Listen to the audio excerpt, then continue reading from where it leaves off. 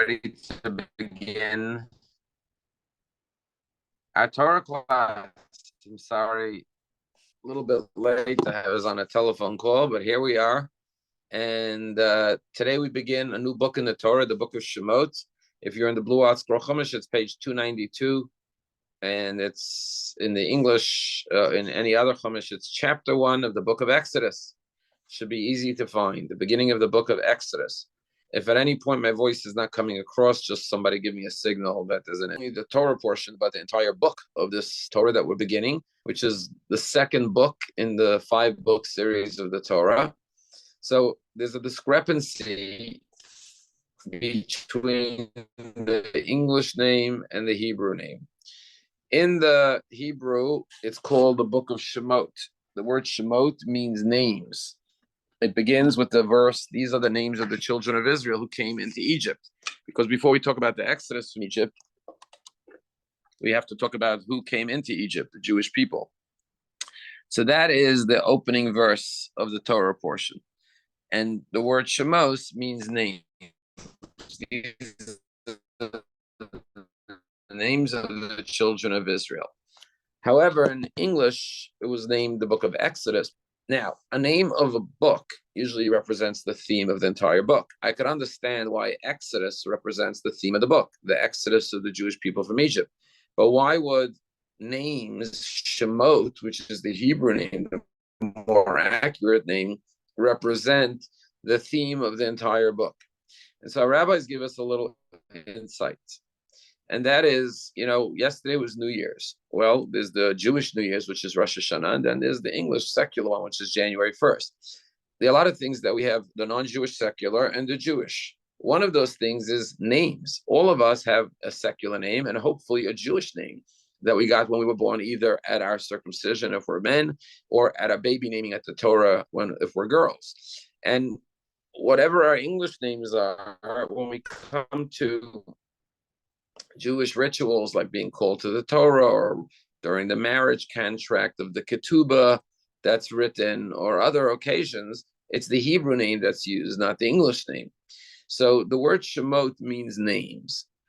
And it's talking about the Jewish names of the family members of Jacob who came to Egypt.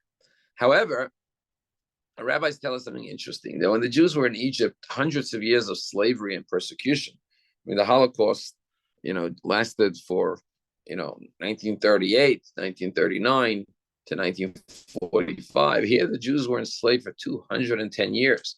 So you can imagine that it took a toll, not just physically, but spiritually on the Jewish people. And our rabbis say that over the 210 years of slavery, the Jews digressed or regressed or descended lower and lower spiritually because of the harsh labor.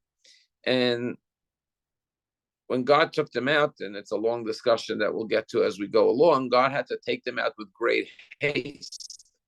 The Jews didn't even have time to bake the bread. That's why we eat the matzah. Now, why did God take them out with such great haste? And I say because any longer they would have been unredeemable because they had descended so far. And God had to rehabilitate them with a 49-day journey to Mount Sinai before he could give them the Torah.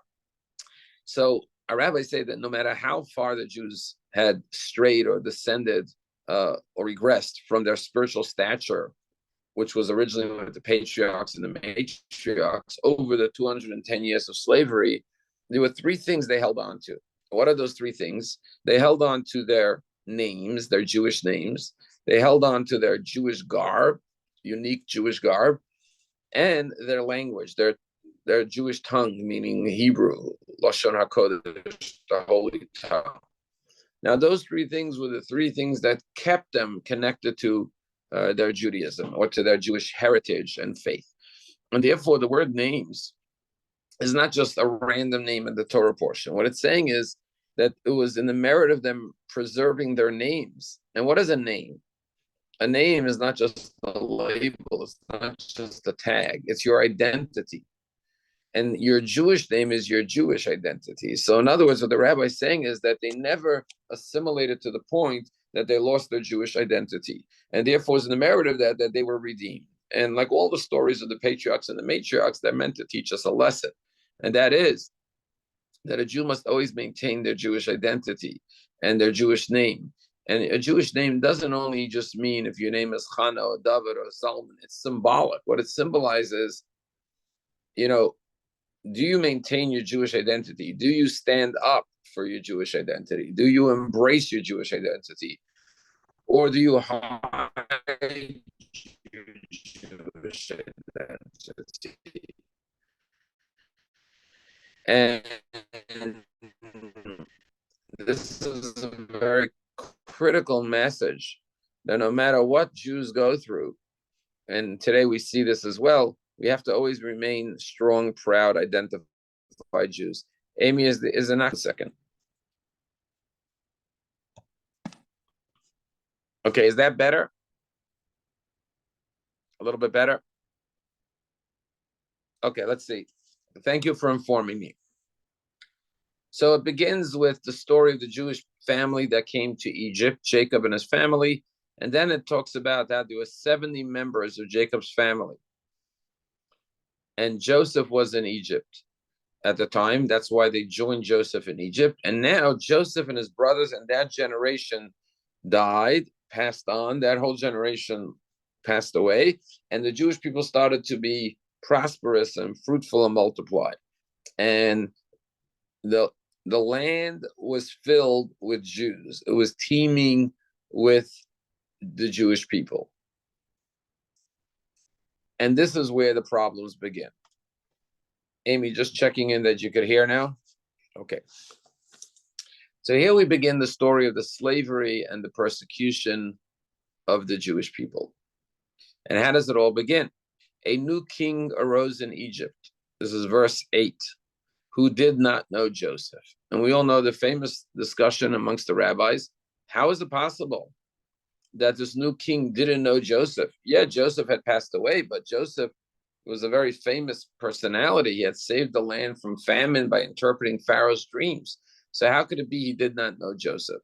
So our rabbis come along and explain that it doesn't mean literally. Some say it was actually a new king, but others say it was the same old king, but he just instituted new laws and pretended or acted as though he didn't know Joseph. In other words, he didn't show any gratitude and appreciation to Joseph for saving the land from famine. On the contrary, he turned against the Jewish people.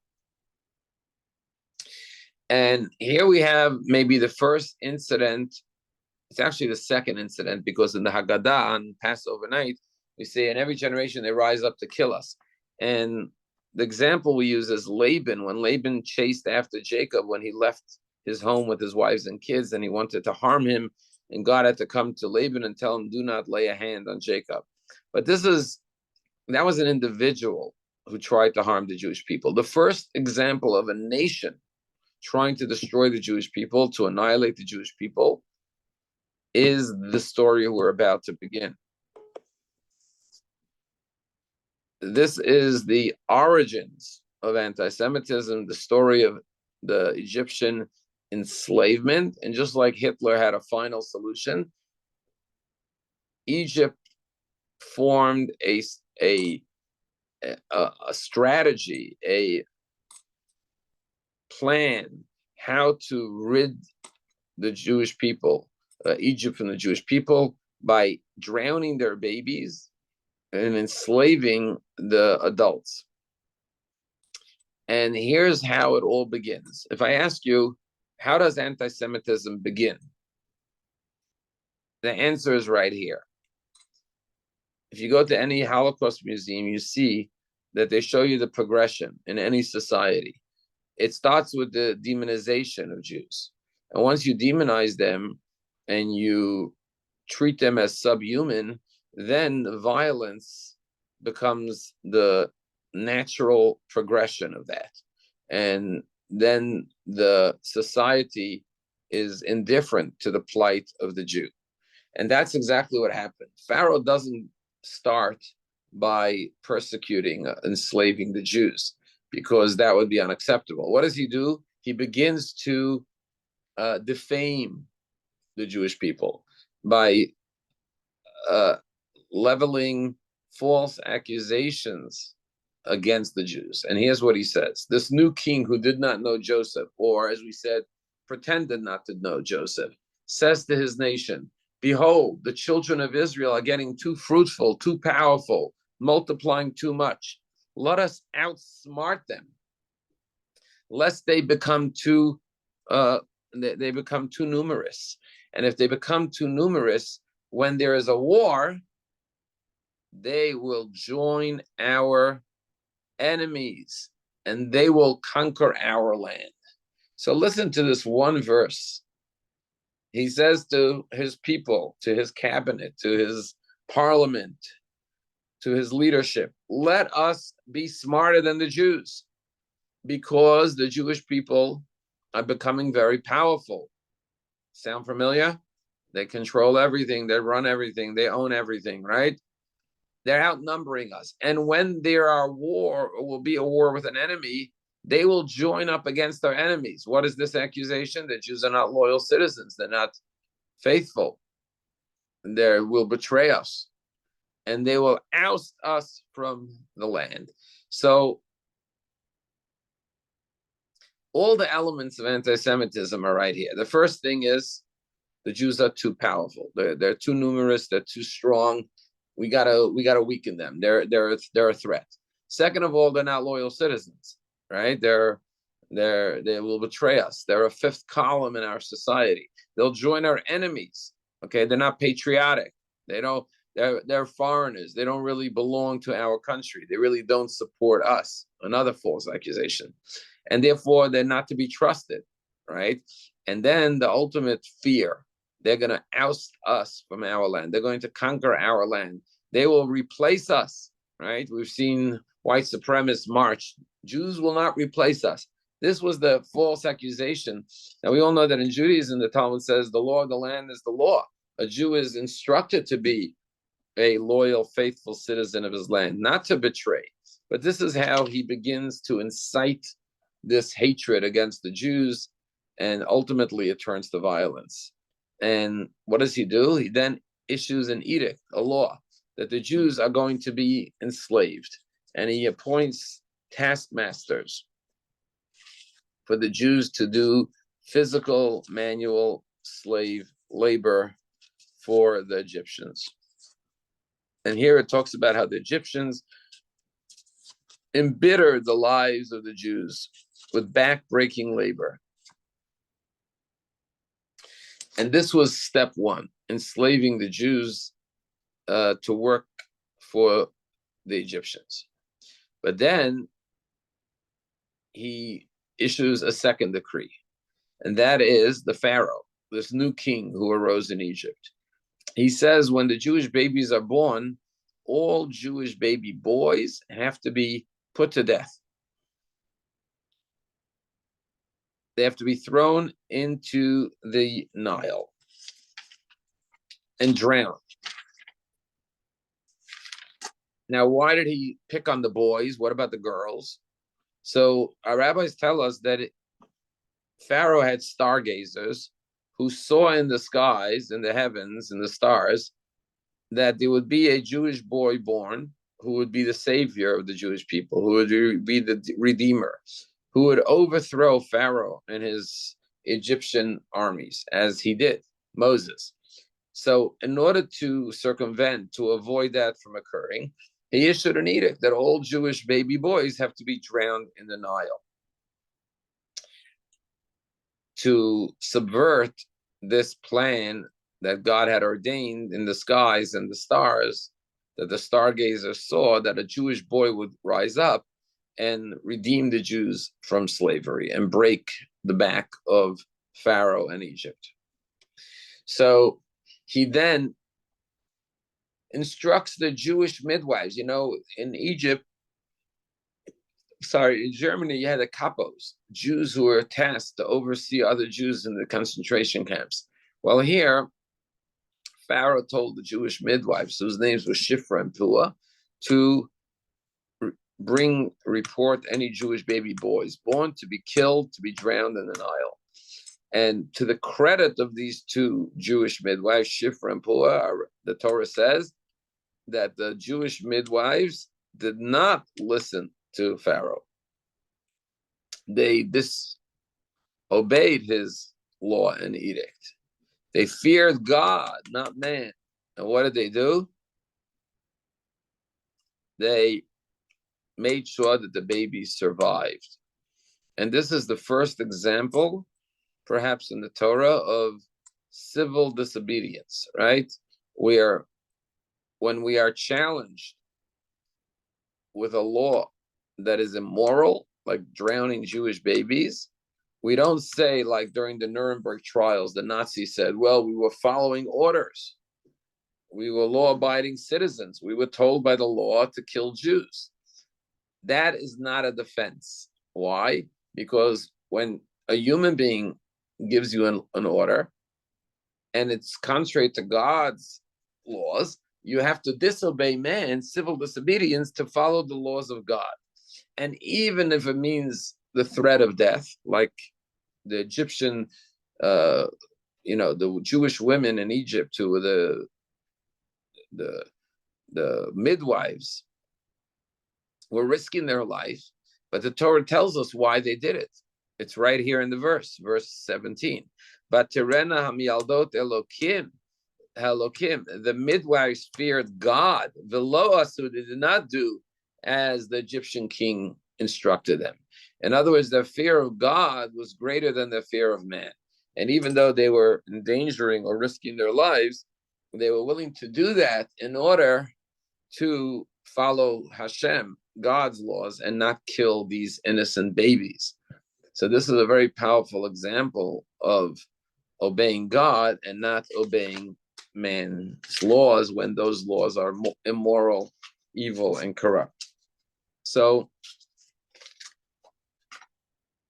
and our rabbis say, who are these midwives? They were actually Moses' sister Miriam and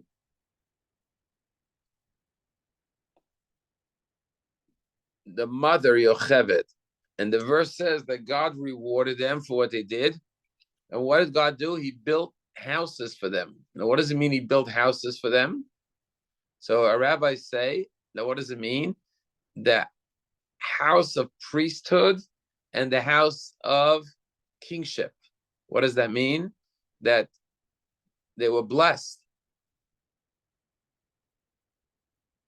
They were blessed with Yocheved, the mother, was blessed with two sons, Moses and Aaron. Aaron became the head of all the Kohanim, priesthood, and Moshe became the head of the house of the Levites. So these two dynasties, that's what it means. He built houses for them. These two dynasties, the Kohen dynasty and the Levite dynasty, came as a result of this righteous work that they did to save the Jewish babies and not, God forbid, follow the evil instructions of Pharaoh to drown the Jewish babies. And this, by the way, is the first example of great Jewish women.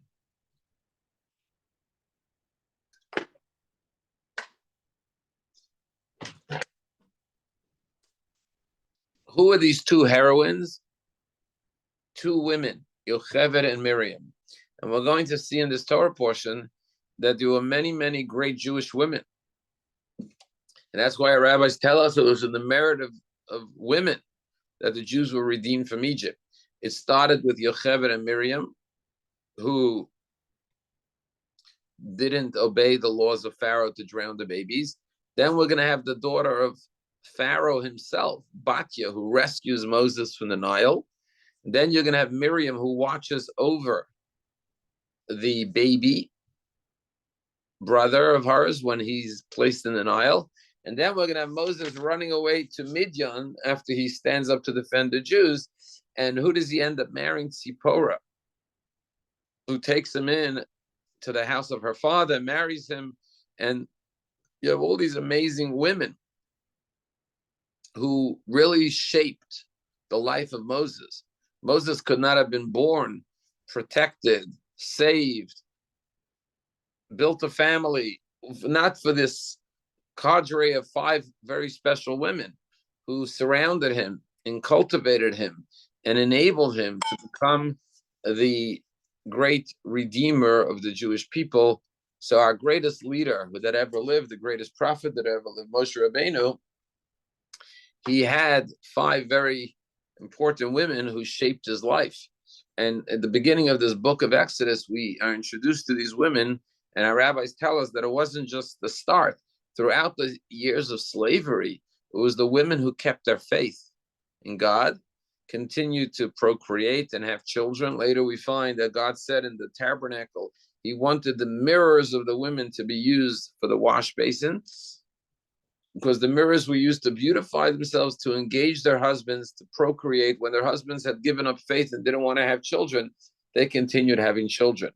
And a matter of fact, our rabbis tell us a famous midrash that the reason Moses was born was Moses' parents, Amram and Yocheved, had separated. They said, why have children if it's a boy, it's going to be, the baby will be drowned in the Nile. So what happened? What happened was Miriam, who was the sister of Moses, the daughter of Moses' parents, Amram and Yocheved, said to her father, Dad, you are worse than Pharaoh. When her father said, what do you mean? How could you say I'm worse than Pharaoh? She said to her father, because Pharaoh only decreed death on the baby boys. But by you and mom not having children, you're decreeing death on not just the boys, but the girls, because there'll be no Jewish babies born. And the father took the words of his daughter to heart, although she was a young girl. And that's when they re-engaged and had Moses as a child who redeemed and saved the Jews from slavery.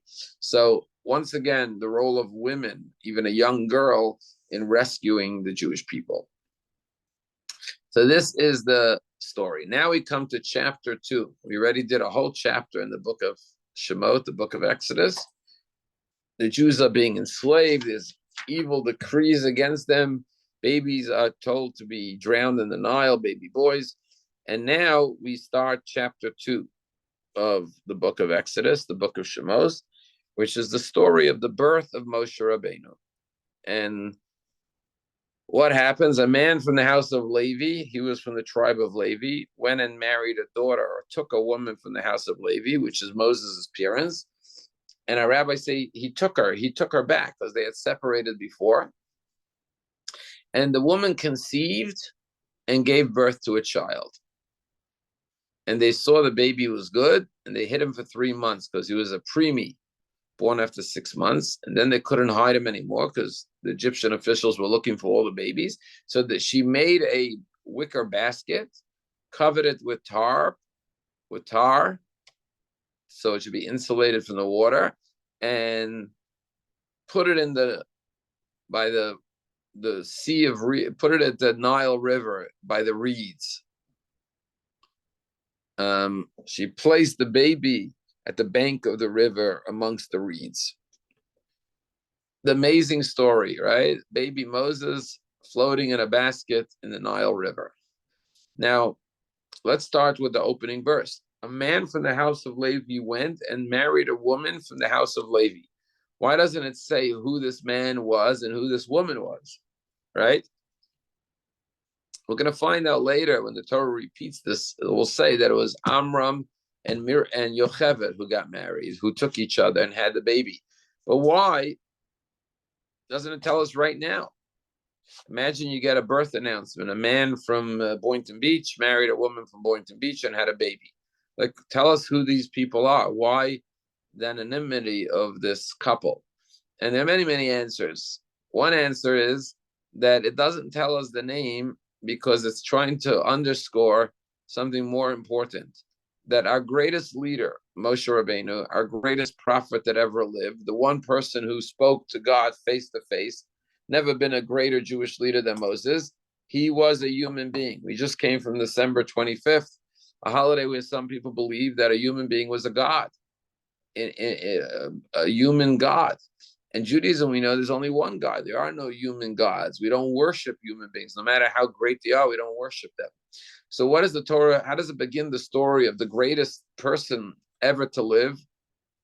the greatest Jew, the greatest prophet. Never has there arisen amongst Israel a prophet like Moses, the one who would speak to God at the burning bush, the one who would go to heaven to receive the 10 Commandments, the one who would take the Jews out of Egypt, bring them to the land of Israel. Torah begins by saying it was a man and a woman who procreated. She conceived a natural pregnancy through a man, not through immaculate conception, and physically gave birth to a baby. So do not think that our greatest leader was anything but human. And that's why the Torah doesn't tell us who it was, because that's not relevant. What's relevant is that it was a baby born completely through natural means. That's one answer. Another beautiful answer to this question is that it's teaching us a different lesson. The lesson it's teaching us is that any man or woman, fill in the blank, so to speak, could give birth to a Moses. You never know which child is going to grow up to be a great Jewish leader, maybe the greatest Jewish leader. It doesn't have to be a special father and a special mother. God could endow and bless any father and mother with a great child. And therefore, it doesn't say the name because it's implying that any person can give birth to such a child. There was a rabbi who used to live in Melbourne, Australia, a number of years ago. His name was Rabbi Chaim Gutnick. And Rabbi Chaim Gutnick was once visiting the Rebbe from Australia, and the Rebbe asked him if he gives classes in the laws of family purity. And he said he doesn't, because he doesn't think that too many women are interested in the laws of mikvah. And the Rebbe said, well, I think you should do it anyways. So sure enough, he went back to Australia, gave the class. He started a class on the laws of family purity. But then when he returned to the Rebbe a year later, the Rebbe asked him, if he gave the class. And he said yes. And the Rebbe said, how did it go? And he said, unfortunately, only one woman showed up to the class. Like he had anticipated, there wasn't that much interest. And he was very disappointed. Only one person showed up. But then the Rebbe smiled at him, and the Rebbe said, how many mothers did Moses have? It only takes one woman to give birth to a Moshe Rabbeinu. Don't underestimate or appreciate the value of one woman coming and attending a class and learning the laws of mikveh, because it only took one woman to give birth to a baby like Moshe Rabbeinu. So therefore, the Torah is teaching us that any man or any woman could be blessed with a child like Moshe Rabbeinu. Doesn't necessarily have to come from some great, renowned individuals to be blessed with such a child. So they put the baby in the Nile. And then verse 4 says that her sister stood from a distance to watch over and see what will happen to her baby brother. Okay, who is this? This is Miriam, the oldest sister of Moses, watching over her baby brother to see what's going to happen. And here we come to maybe the most remarkable part of the story. The daughter of Pharaoh is going down to wash at the Nile, okay, to bathe. And she hears a baby crying. And she retrieves the box, the basket with a baby, and she sees that there is a baby crying. And she has pity on this baby, and she says, this is a Jewish baby. She immediately understood that this was a baby being hidden from the Egyptian officials because the babies were supposed to be drowned in the Nile. And what happens? She takes pity on him. And when she takes pity on him, she decides that she wants to save this baby's life. Now we have to stop for a moment to appreciate what is happening here. Here you have the daughter of Pharaoh, the very one who decreed that all the babies should be thrown in the Nile, right? Drown. And she is defying her own father's edict. She is risking her life to go against what her own father issued, the decree.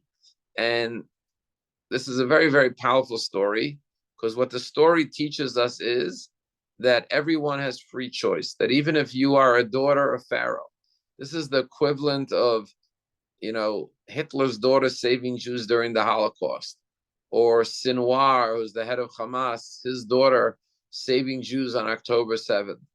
In other words, just because you were raised in a home and you were taught to hate, and your own father is an evil person, doesn't mean that you don't have the ability to transcend that hatred and have compassion and know intuitively what is right and what is wrong, what is moral and what is immoral, and to choose to do what is right, regardless of what you've been taught and raised to believe.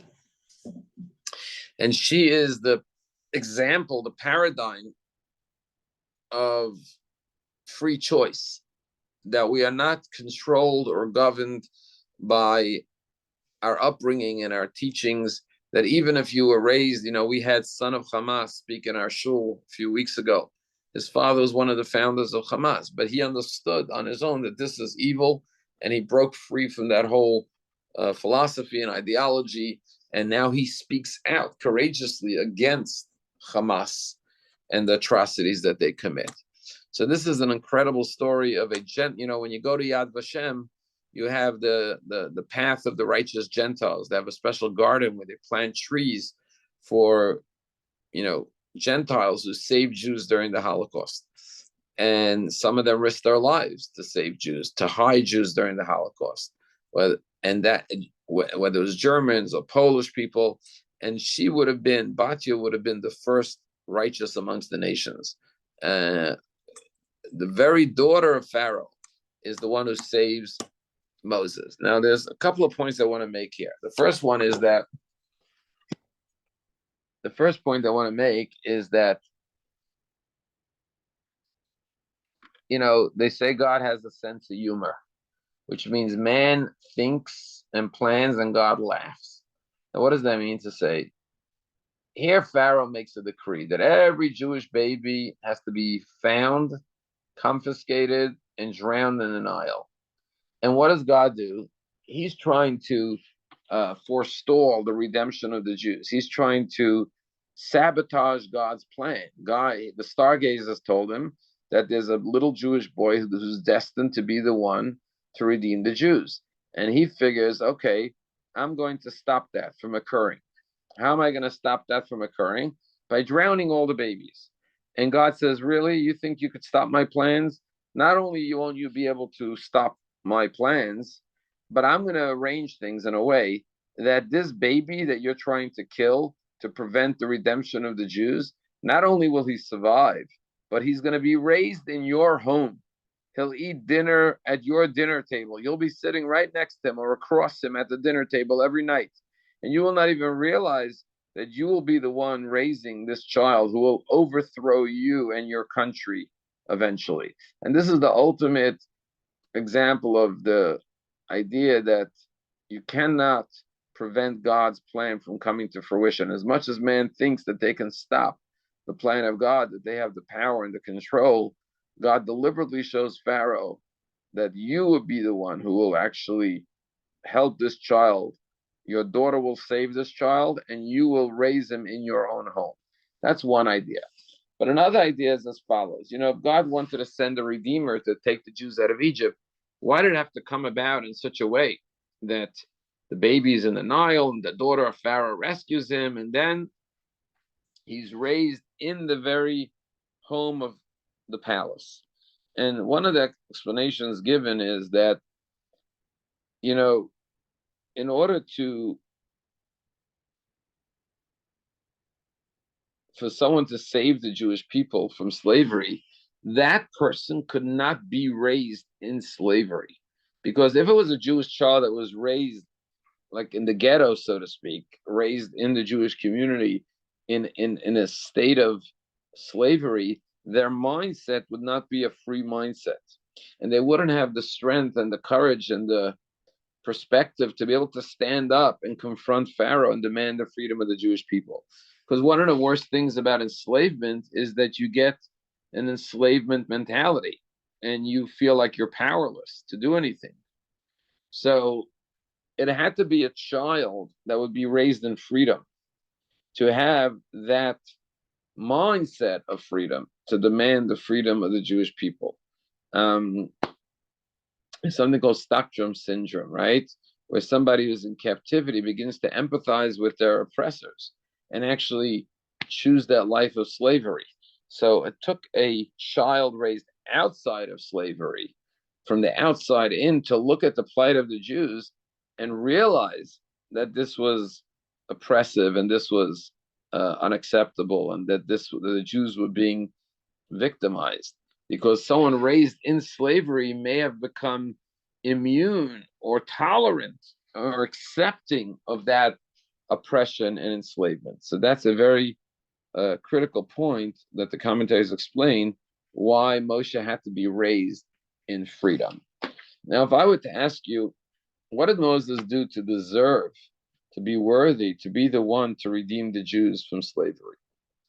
So it's a story in 3 parts that really is the foundation, amongst many other things. But if you read the Torah, you see 3 things about Moses. Now, the first thing is, it says when he was born, it says they saw that he was very good. Remember we learned the verse, it says, Vatera oso ki tohu, they saw he was good. And the commentators say, what does it mean he was good? Every baby's good. Every baby's cute. Every baby's wonderful. Like, what's so good about baby Moses? Our rabbis say a number of things. First of all, they say, according to one opinion, he was born circumcised. So they saw this was an unusually special baby. Another one is that there was an aura, there was a light radiating from him. It says the whole house was filled with a spiritual light. So they saw this was a very special baby from his very birth. But when you read the story, we find 3 scenes leading up to the burning bush. Scene number 1 is when he's in the palace. He grows up in the palace. He's now an adult. He sees the plight of the Jews. And what does he do? He goes out to see how his brethren are faring. Now, that in itself, to step out of the palace and risk your life when you have a very comfortable life in the palace, that shows his courage. But what does he see? He sees an Egyptian beating a Jew. And when he sees an Egyptian beating a Jew, what does he do? It says he strikes the Egyptian, kills him, and buries him in the sand, in the ground. And the Torah tells us that he stood up to kill the Egyptian who was beating the Jew. That is the first story of Moses' courage and leadership and sacrifice for the Jewish people. But then the next day he goes out and he sees a Jew hitting a Jew. And he says to the Jew, wicked person, why are you hitting your fellow Jew? And the Jew says to him, well, are you going to do to me what you did to the Egyptian yesterday when you killed him? And now he realizes that it's been disclosed what he did, and he has to run away from Egypt. But on day 2, he stands up to defend one Jew from another Jew. And then the ultimate example is day number 3. Day number 3 is when he arrives in Midian, when he runs away to Midian. And when he gets there, he comes to the well and he sees the daughters of Jethro are being forced to wait to the end of the line as the men go first. And he stands up to defend the women, the daughters of Jethro, and water their flock. And that's when the daughters come home to their father, and the father says, how did you get home so early? They said, well, there was an Egyptian man at the well who saved us because he was dressed as an Egyptian man. And sure enough, he's invited home and he ends up marrying Zipporah. So you have day 1, he stands up for a Jew being hit by an Egyptian. Day 2, he stands up for a Jew being hit by another Jew. And day 3, he stands up for the daughters of Jethro being taken advantage of by the other shepherds. Now, these 3 stories, each one is greater than the other, because if you go on the street and you see a Gentile and beating a Jew, you're most motivated to help the Jew because it's anti-Semitism. A Jew is being beaten by a Gentile. That's what Moses did on day one. But day two, what happens? He sees a Jew beating another Jew, and he still intervenes and gets involved. That shows even a greater sense of sacrifice. But then the third day, he's in a foreign country. He could have said, "It's none of my business. I'm not interfering in local disputes when I'm just a foreigner here. It's between two Midianites. This is their custom. They push the women to the back of the line." But Moses would not tolerate any injustice. He once again stands up for the plight of these daughters of Jethro. And what these three stories do is they paint a picture of a man who was passionate about justice, was willing to risk his life and willing to stick his neck out and willing to take a stand against any form of injustice. So the message, of course, is now we understand why God comes to him at the burning bush and says, "You're the one that I want to go take the Jews out of slavery." And Moses says, "Me, I'm just the shepherd. What do you want?" But God says, "No, you're the person." Why? Because we've seen his taking a stand for justice on three different occasions. However, the rabbis tell us one other point and fill in one other blank. And our rabbis say the following. The rabbis say that when he was shepherding the flock of his father-in-law, Jethro, one day a little sheep ran off to get water at a nearby brook of water. And Moses ran after the sheep and lifted it up, gave it a drink, lifted it up, and carried it back to the flock lovingly. And that's when God said, "You're the one who should be the leader of the Jewish people," because a leader doesn't just think about the masses, doesn't just think about the herd in its entirety, but cares about each individual sheep, each one of the members of the flock.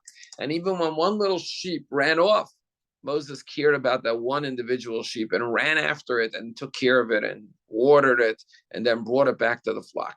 And we know that when Moses dies, he prays to God that God appoint a new leader, which was Joshua. And he says, somebody who will lead the nation. And when he prays for this new leadership, he says, God, who is the God of all spirits. And a rabbi said, what do you mean the God of all spirits? Why is it important that he's the God of all spirits?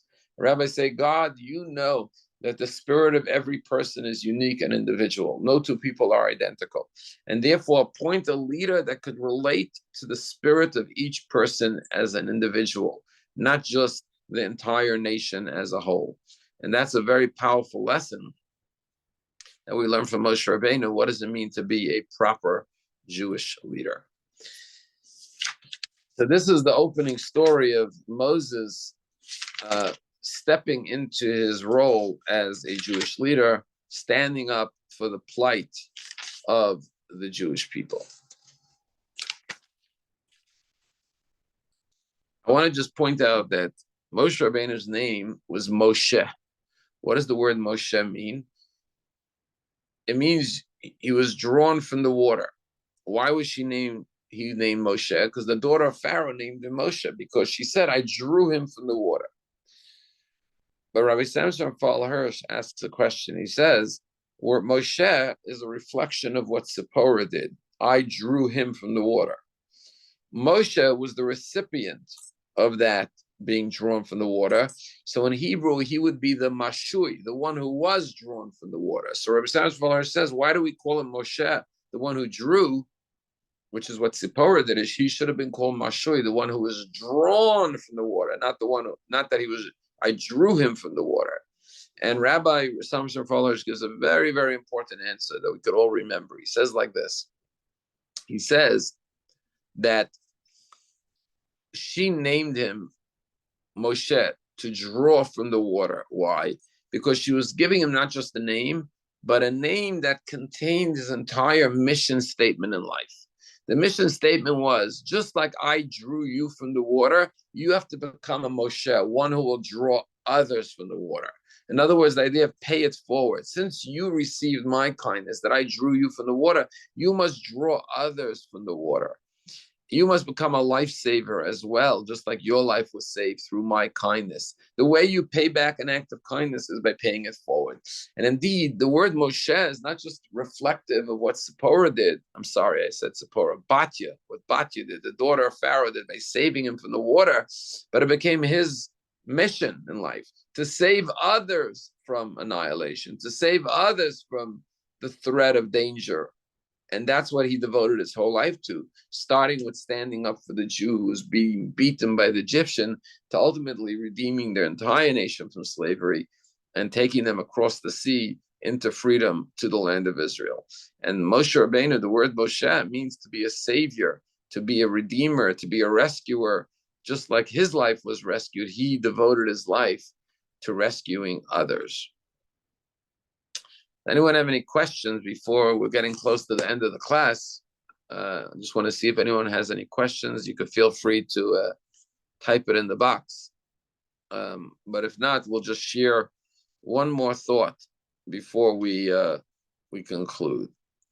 You know, this is a painful thought, but it's a true thought because it's in the Torah. When Moses goes out on the second day and he sees a Jew hitting another Jew, he says, "Why, you wicked person, why are you hitting your fellow Jew?" And what does the Jew say to him? He says, "Who made you in charge? Why are you interfering?" He says, "Are you going to kill me the way you killed the Egyptian yesterday?" And there it says, and Moses became fearful. And he said, "Behold, the matter is known." Okay?